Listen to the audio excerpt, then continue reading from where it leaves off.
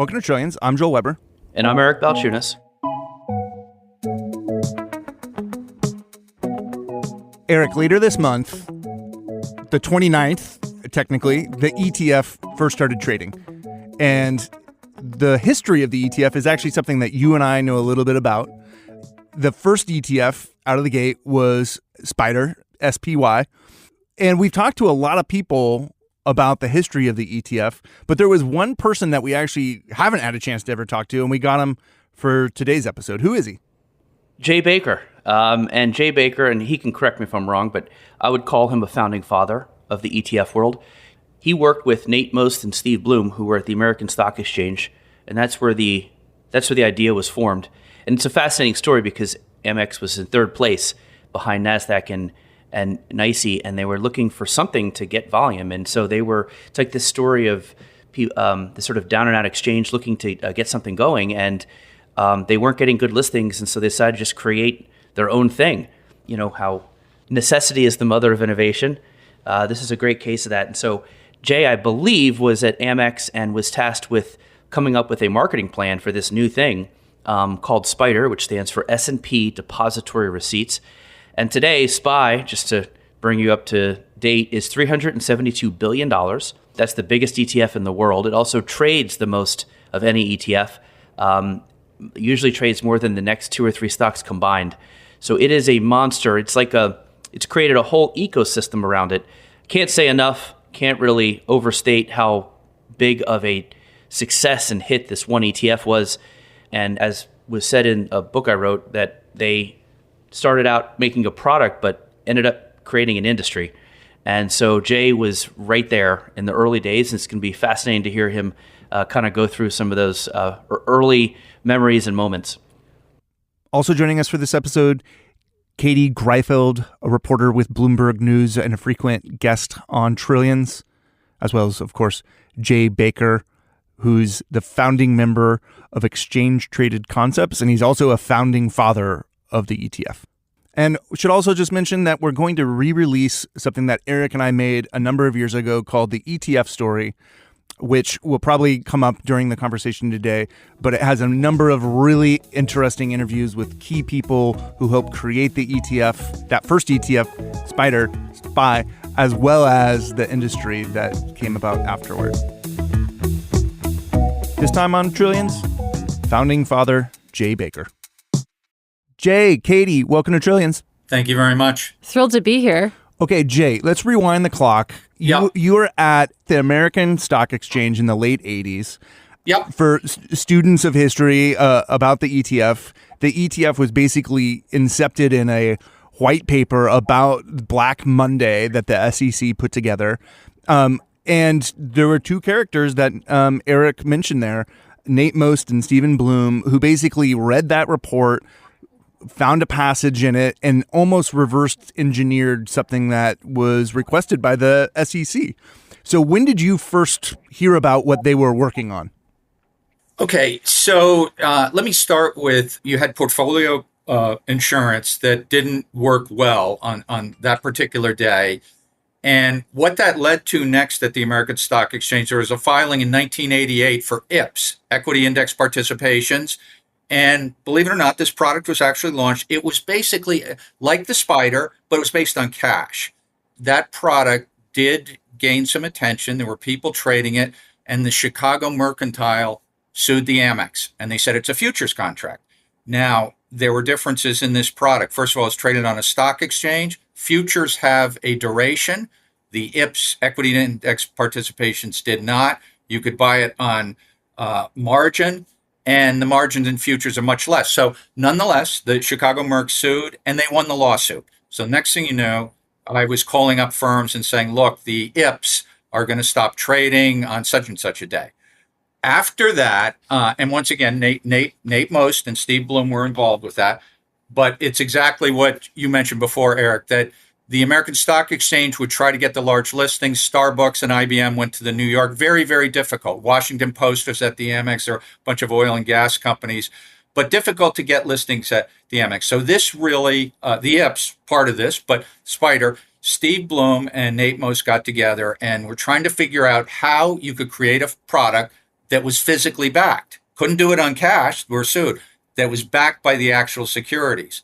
So Nate Most had a background in commodities, so he was used to gold and silver and the commodities being warehoused in a warehouse. So he's trying to figure out how do you warehouse 500 stocks. So they got together with State Street Bank, with SLK, which was a lead market maker. Catherine Moriarty was part of the legal team, and they all brainstormed. And when I talk about some of the people that were involved, it was Nate Most, it was Steve Bloom, no doubt about it, Jim Ross, Kathy Kukolo, Glenn Francis, all involved with the plumbing of the spider. There was a guy named Gary Eisenreich at Spear Leeds and Kellogg. He was very instrumental in helping out and getting the trading going. And Kathleen Moriarty seemed to be most of the time the key lawyer for the spider. Now remember, it was a unit investment trust, so it had no board. One of the reasons it was a unit investment trust is you have no board. If the product had failed, you didn't have to continue to pay several board members. The disadvantage of a unit investment trust is you cannot loan out any of the securities for stock loan. It's actually a more conservative structure. But that was one of the motivations for keeping it as a unit investment trust, which it still is to this day. So the product also was helped a lot by State Street Bank being involved with it. There was tremendous credibility because State Street decided to be the custodian. The Amex spoke with a couple of large firms, and State Street was the one that really wanted to be the custodian for this product. So the product started trading, and I'll bring up a story where one of my colleagues called a block trader at a firm and said, hey, listen, if you trade a bunch of spiders, I'll give you a spider's hack. And on day one, if you notice, there was 1 million shares traded. So there were a couple of prints of 500,000 shares that were done because somebody was getting a spider hack. So after that, so day one was a tremendous, there was a lot of trading on the product.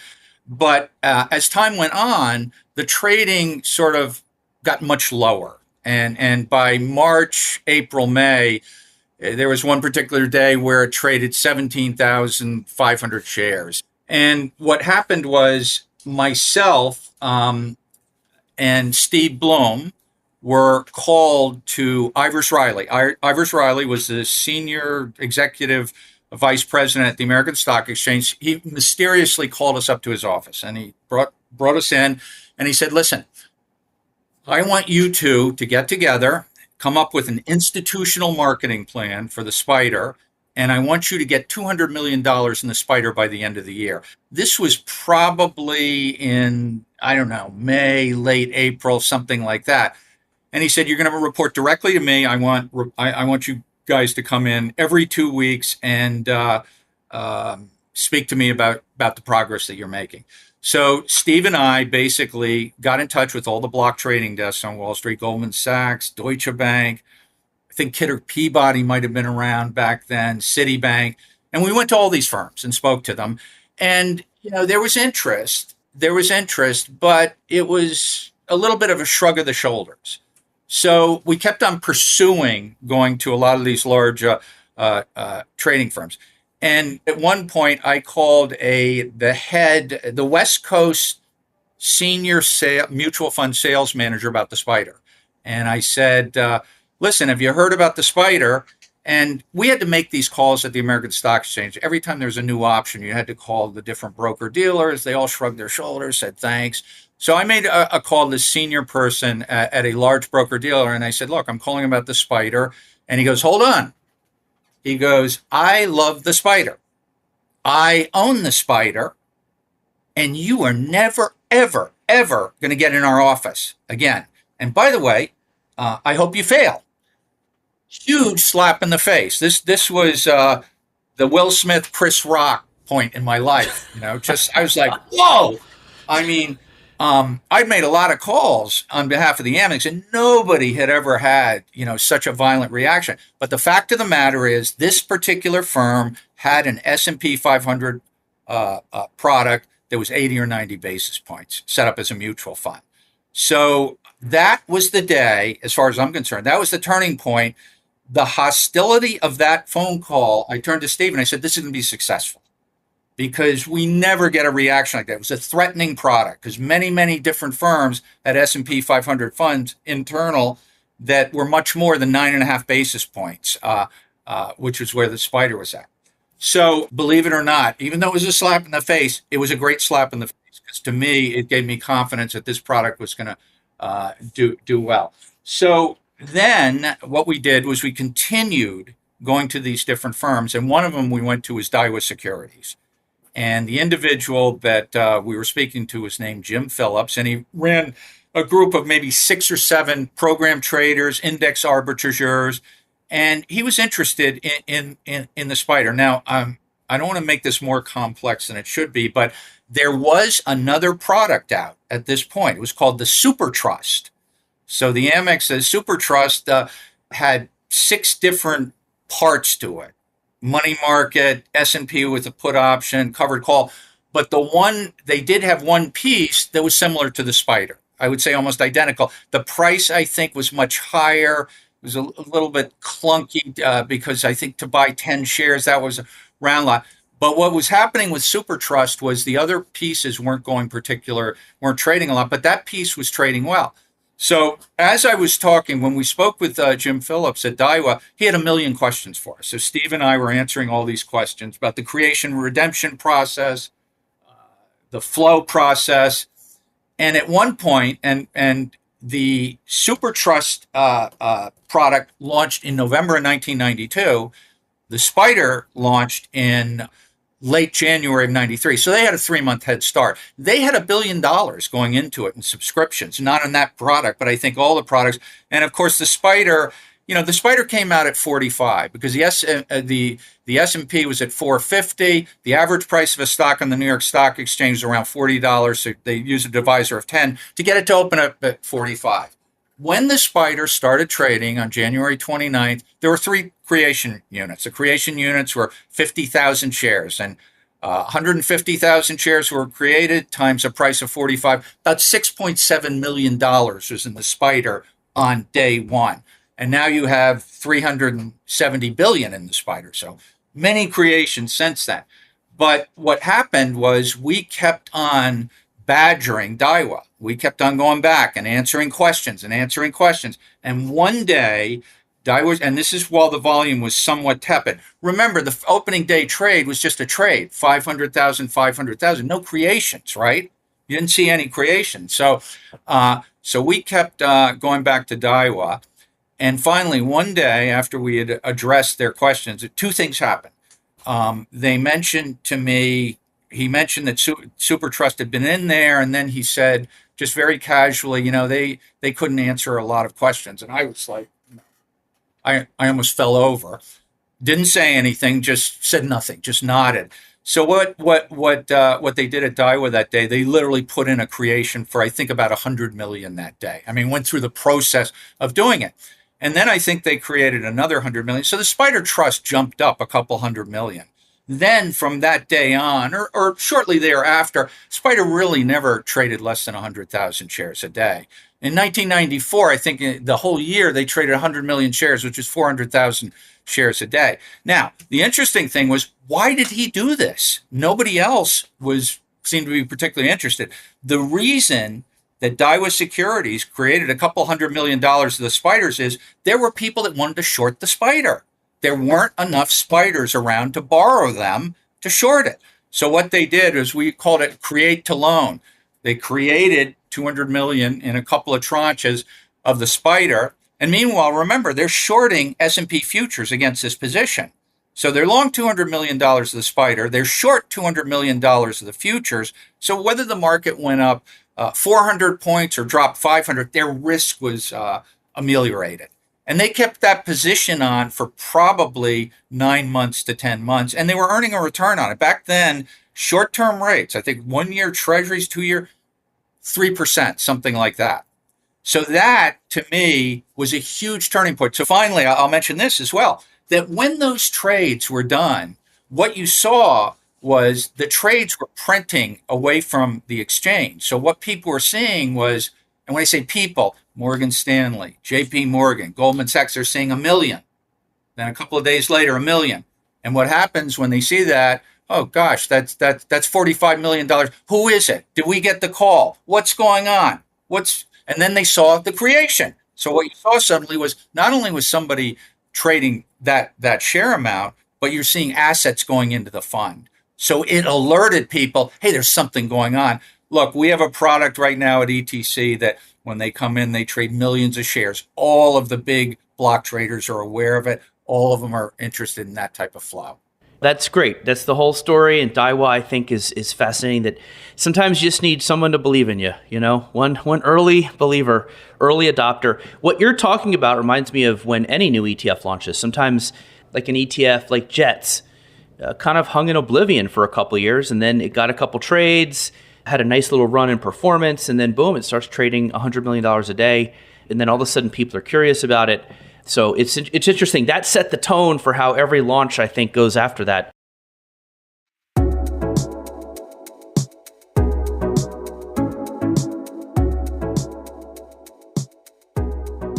I think also what you brought up that was interesting was the fee.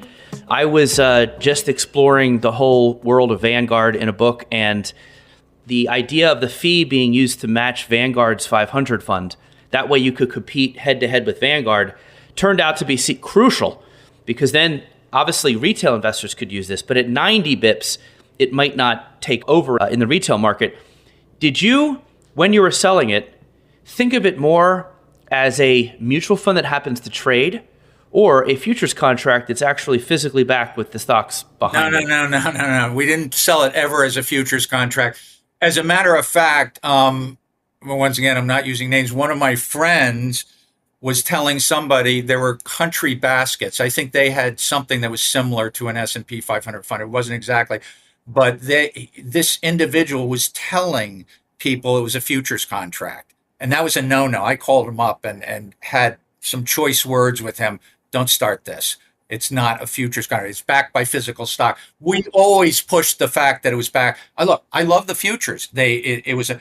Think about this product. You had futures that traded actively. You had options on futures, and now you had this security backed by the S&P 500. They all together, 2 + 2 = 8. So yeah. Now, what you're getting at here is this was registered under the 1940 Act. And SPY took like 4 years to get through the SEC. So it sat with the SEC for like 4 years, which is a long time. Yes. And I think that, to your point, that's why I would also be like, no, this is not a derivative. This is an actual mutual fund that passed the same regulation as a I don't know, a T. Rowe Price or a Fidelity mutual fund.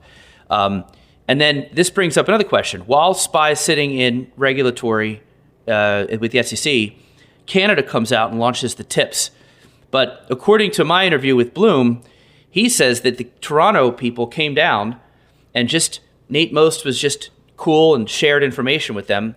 They took the idea to Canada and just got through the regulation quicker. And now Canada goes around saying they were out first.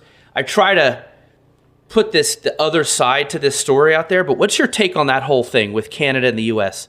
Oh boy. I'm not, I don't think I was involved with those conversations, so I can't actually say that's what happened. That's a little bit unclear to me, because I have heard for years that the Canadians said that that they actually came out with the idea first, and I think you're right. It was called TIPS. But what I will say is and I think Kathleen Moriarty, one of the things she mentioned about SPY. Remember, this is the first time something like this was done. It was sort of a closed-end fund, open-ended fund, right? So I remember she was saying that when it went to the SEC, it went to almost every division of the FCC: investment management, trading and markets, economic and risk analysis, and who knows, it might have even gone to enforcement. I don't know. Mm-hmm. But that was one of the reasons that it took so long. Clearly, that was another reason why it took Super Trust 2 years to get their exemptive relief, because theirs was a more complicated structure. Jay, I want to go back to your slap in the face moment, that, Sure. What is it, Will Smith, Chris Rock moment, because This is something I wonder about, especially with like very popular songs. Like, did the artist know that it was going to be such a hit? And you said that you knew that it was going to be successful, but I mean, when in those 4 years, when SPY was still in development, I mean, did you have any inkling that, ETFs were really going to take off to the extent that they have, that, one day this would be an almost $400 billion product? Yeah, no, I don't think I had that. What I did know, partially the reason I brought up the IPS was people like the IPS. And I thought this is interesting. They like the IPS. They've got to love the spider that's actually backed by the physical. And I thought, look, we were told, we were ordered to get $200 million in that product. We didn't do a lot of thinking about it. I mean, we came up with a marketing plan and ended up executing. When the volume, let's say in 1994, is averaging whatever 400,000 shares a day, it was crystal clear this was going to be a multi-billion-dollar product. How many billions? I don't know. And look, when you think about the American Stock Exchange, they created this product. It wasn't NASDAQ and it wasn't the New York. State Street, of course, is the trust. They run the trust, but PDR Services is a sponsor. And the Amex was PDR Services. They were sort of the steward of the product that had the ability to hire and fire a custodian, right? Or a distributor. So, and then it passed on to the New York Stock Exchange. You can look it up. What I think about is the American Stock Exchange situation, that as the years went by and as it was trading more and more, the Amex market share, the volume at one point towards the end was less than 1%. You get 100 million shares traded. They're not trading a million. They're trading 400,000 shares. All it was trading on the different exchanges. So one of the things, and you've got to realize with the exchange, you're thinking about trading and exchange fees. But I was speaking with somebody this morning, and what would have been interesting is if the Amex could have gotten 2 basis points on the spider. 2 basis points on $370 billion is $75 million based on the assets that they have. Could that have been done? How could you do it? The exchanges are self-regulated. The SEC, I don't think, wanted the American Stock Exchange to be, they weren't really an advisor. Could the Amex have created a broker-dealer? Could a clever attorney come up and create a broker-dealer? Maybe the Amex is the distributor, taking the creations and redemptions, getting 1 or 2 basis points. And remember another thing, if you could get a couple basis points in the spider, maybe the other people that launched, the Vanguards, the iShares, maybe they would have been willing too.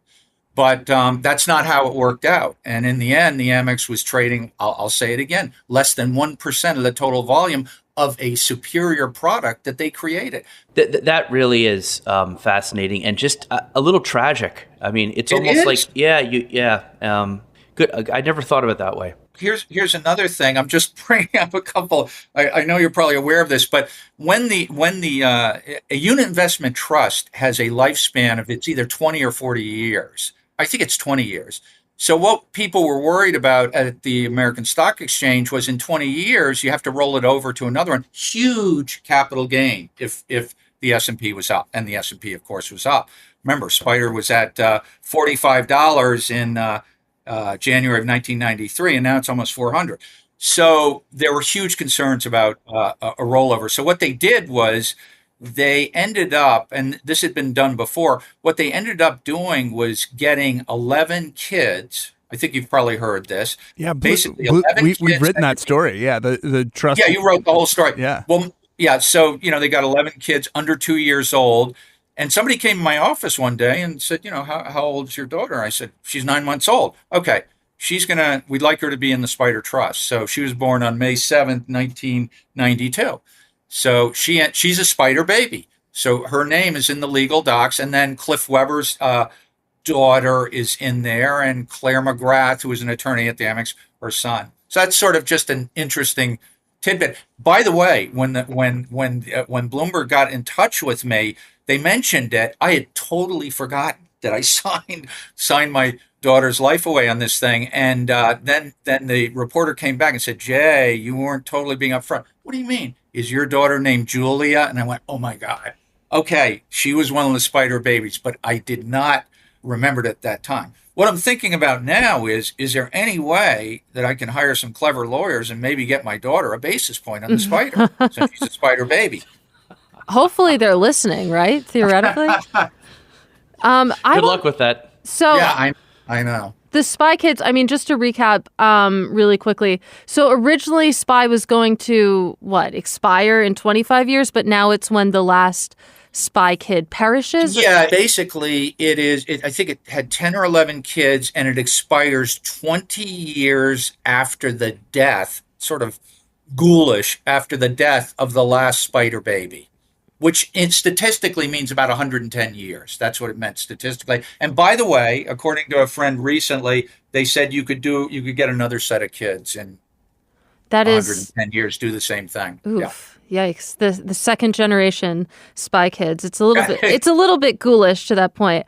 It is sort of ghoulish thinking about it, because the tyranny of time, it's going to happen. The tyranny of time. I won't be around, and yeah. I'm going to write that down. I want to talk about sort of the next 30 years. This is something Eric and I were actually chatting about this morning, because in thinking about Spy's 30th birthday, obviously it's reigned supreme for 30 years. It has over $370 billion in assets. So by far and away, it's dominant, especially when you think about the liquidity. But the question I want to ask, because I'm a Debbie Downer, is who takes the crown away?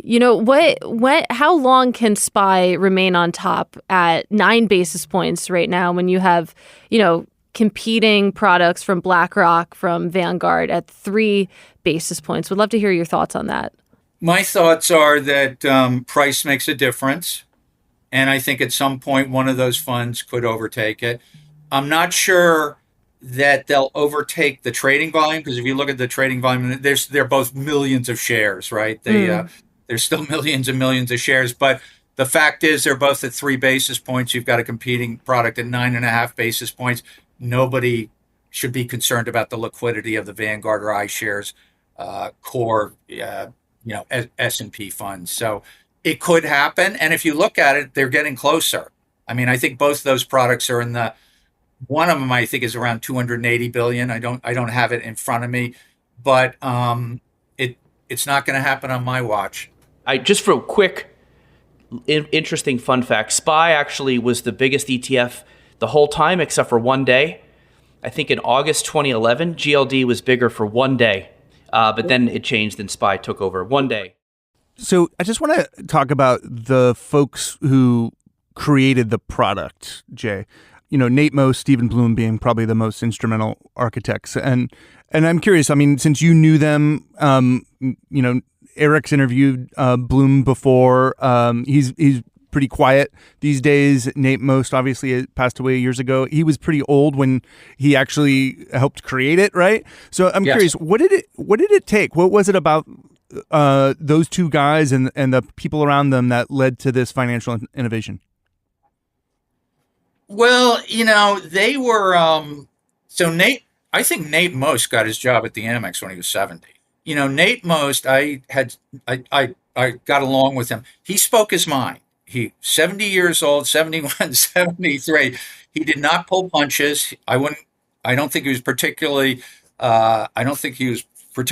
political, and he spoke up. And the other thing is, and I am friendly with Steve Bloom, and he's still working, but not in the securities business. And Steve Bloom was a bull. He was a PhD from Harvard, and they got it in his mind to get this thing done. And he was one of the individuals that really pushed this thing through the SEC. And don't get me wrong, Jim Ross and Glenn Francis, Kathy Kuklo, but I'm talking about those two individuals at the Amex. The idea originated at the Amex, and as I said, PDR was the steward of the product and was involved with getting the different service providers. But look, they had a dynamic chemistry, and I would say it was dynamic. It was not, were they all huggy wuggy? I wouldn't say that. I would say that they were both very both of them were strong-willed people. Well, I think it just 2 + 2 = 8 in getting things done. The other thing about those two that I found interesting was, as you said, Most might have been 73-ish, 74, and Bloom was 27. You rarely have two people working together with that massive of an age gap. And I have to think that played a part in that. I guess Bloom more book smart at that point, but most had a lot of life experience. Yes. Worked on submarines. I mean, worked at the Pacific. All that. I feel as though when someone has that much experience, they're able to like pull from that and use and find templates. Yes. And then Bloom probably had some of the, I guess, the youth that's like, we can do this, like doesn't know what can't be done. And I think that age gap is really just unusual. That is unusual. And what I would say about Bloom is he's an executioner. He knows how to execute. When he gets it in his mind, he's going to execute. He is not going to give up. He's an executioner.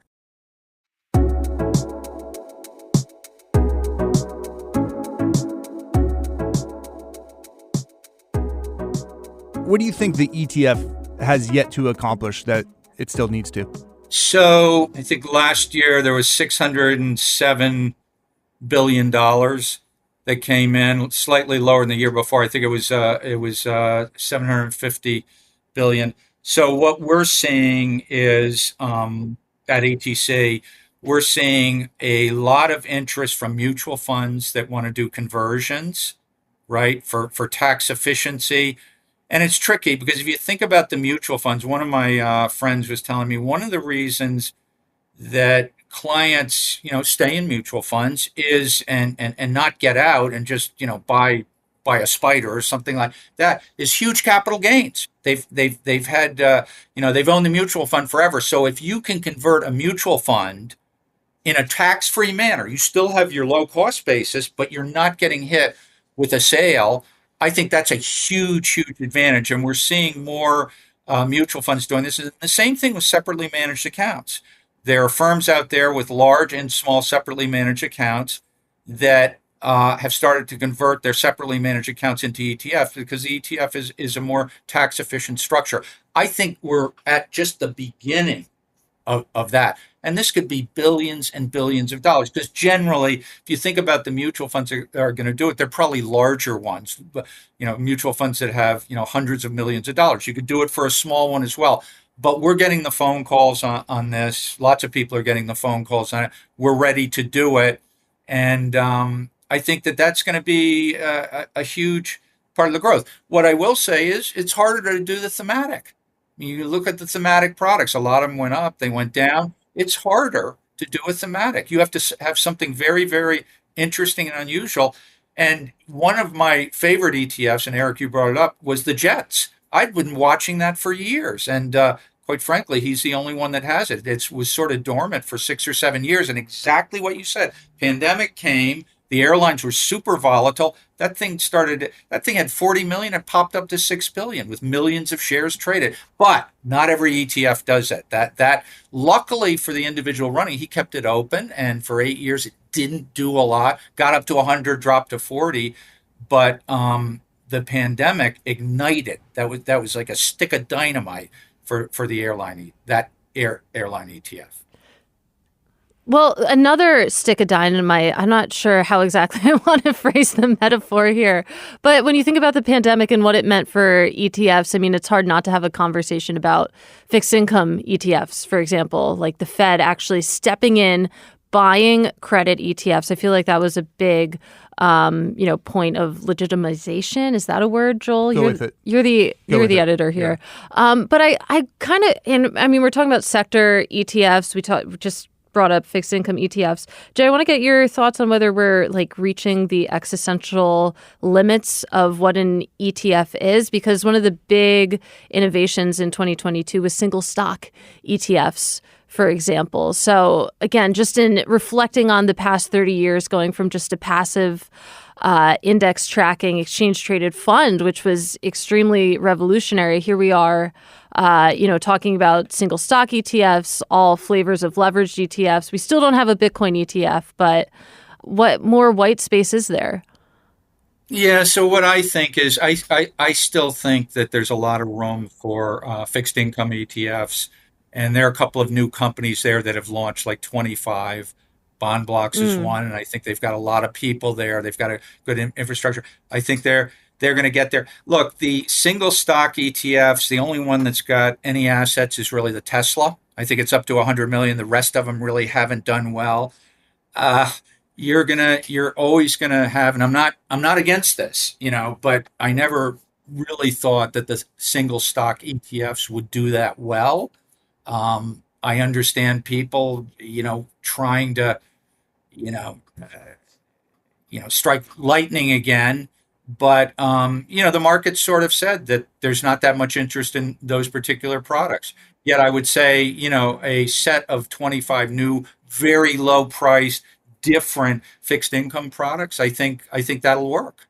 I think that there will continue to be new and clever ETFs. The single stock, I shrug my shoulders about it. Not against them. If they take off, go, go, go. But Yeah, a lot of I remember interviewing some other of the founding father types, and I think a lot of them were just like, it's hard to believe what they've put into ETFs over the years, but they were just thinking of equities at the time.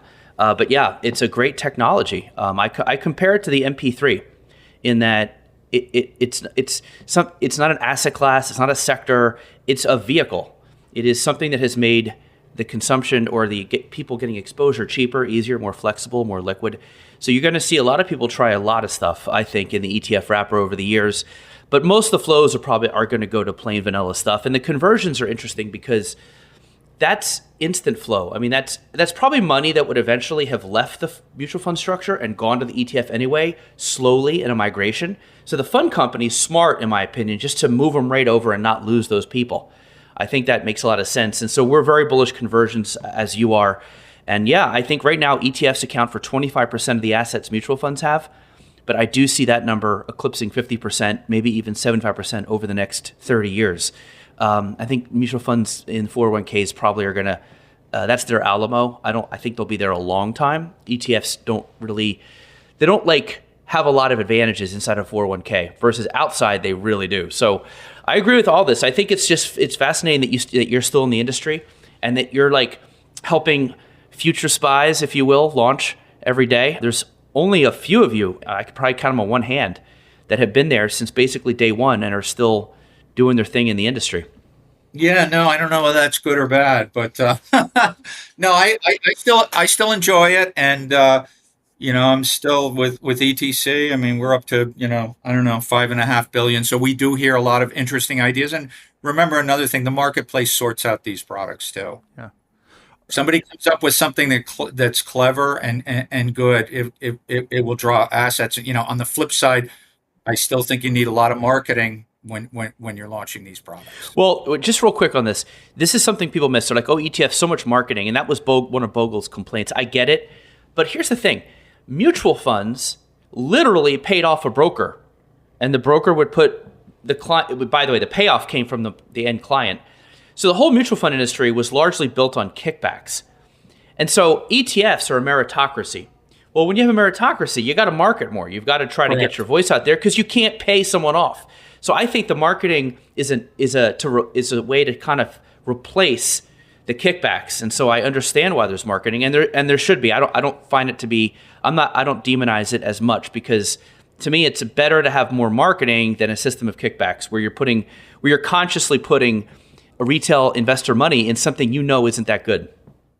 Yeah, it's interesting because we've got a couple of our clients, Robo and EMQQ. One of the things that they do, and I think they've done this successfully, you need to tell a story, as one of them says. But what they do is they do webinars, but they do them themselves. So if they're, let's say, in a big broker dealer, they'll send out an invitation to the brokers, financial consultants that are in Florida, 30-minute webinar. And remember, if they can speak to one financial consultant for an hour, they will do that. If they get 30 financial consultants, people say that's terrible. It's not terrible because there's no continuing ed the way these individuals do it. And you've got 30 people speak with one of them for an hour to speak with 30 for an hour, and it costs you $500 or $600. Well worth it. Both of those firms employ that, and both of them, I think that's helped get them assets. Now, once again, you have to have something interesting. You have to know how to tell a story. And you have to keep their interest. But I do think that is important, and it's hard work. I call it the ETF Terror Dome for a reason. A lot of the people who use the ETFs are smart. It's after-tax money. It's picky, and they got Vanguard in there, and they're spoiled. These investors are spoiled. So you really have to find something of value for them. And the good news is, I think all the investors' demand creates an industry that has really had to hustle. Not everybody makes it, but anybody can make it. Okay, Jay, last question. I got to ask you, you've been around, you've seen a few tickers. What is your favorite ticker other than any that you've helped launch? Oh, okay. I am fond of jets. I will say that. Okay, good. Simple to the point. Launch it, but I think about it more than I should. Yeah. Okay. Good one. I mean, you guys launched Robo. I think that's a top 20er, but yeah, Jets is right up there. Very good. Now, listen. Of course, I would have mentioned our own products, but I helped launch that. So that's right. That's what I'm saying. So I think Robo was brought up once as a favorite ticker. Jay Baker, thanks for joining us on Trillions. All right.